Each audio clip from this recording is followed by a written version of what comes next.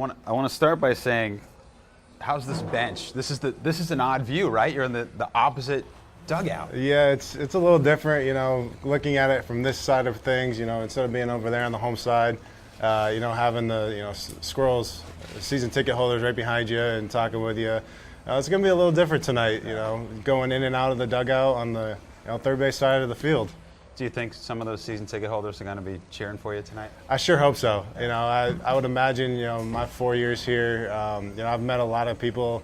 We've had a lot of good connections. Even when I signed with the Mets, they all said congratulations. So, just coming back here is, it's kind of funny.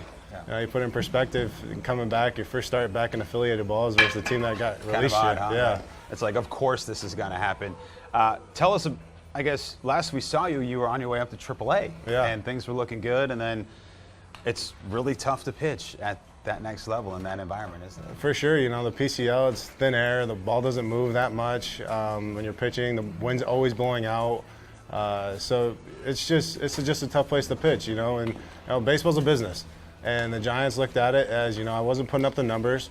And, they had some guys that needed to get called up and move and see what they have. And that was just my time. And, when you look at it from a business perspective, you understand it a lot easier. And you were out of the affiliated game for a brief amount of time, right? You signed on with an independent team. Actually, what I hear, one of the best independent teams, the Sugarland Skeeters. Yeah, when I got released, it was just after the All-Star break. And I was sitting around in Sacramento, and my agent just said, let's see what happens until Machado gets traded. And, well, that was a week. I was sitting there, I was throwing actually with Paige. And your wife? Yeah, I was trying to stay in shape, running and everything. And then Machado finally gets traded. Well, now, we stay there for a little bit. Nothing ends up happening. So then I finally told my agent, let's go pitch. Like, I'm bored. Like, I need to go do something. So he said, all right, Sugarland's only a 3-day drive. I said, all right, let's do it. So I hopped in the car with Paige. We drove to Sugarland, pitched once in Sugarland, and I don't know if it had anything to do with signing with the Mets, but these guys called. We were actually going to Lancaster, or we flew into Baltimore. I got on a bus, drive to Lancaster, get to Lancaster, and my manager's like, hey, you want to sign with the Mets? And I was like, sure. Yeah. So it's and just, here you are now exactly. in Binghamton with the Rumble Ponies. With the Rumble Ponies. Binghamton's actually close to your hometown, so this kind of works out, doesn't it? For sure. It's actually 3 hours from my wife's family in Delaware, and it's 2.5 from my parents in upstate New York. So it works out just being right in the middle.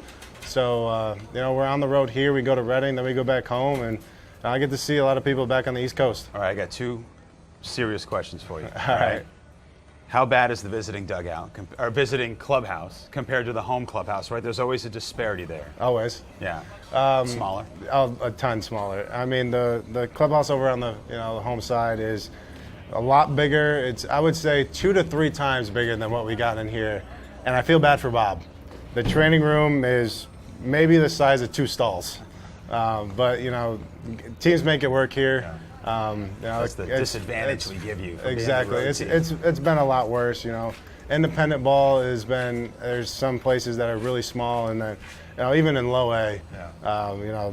I've heard in short season in I think Boise the clubhouse is dirt. So I mean it We're could doing be a lot okay worse. then. Exactly. All right, 2. Who are you looking forward to facing the most on the Squirrels?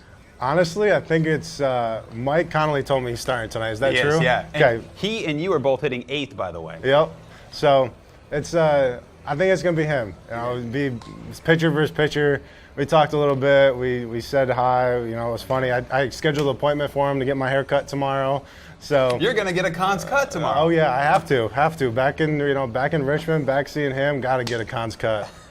All right. Well, we'll be rooting for you going forward, Matt. Appreciate it. Thank you, Jay. All right.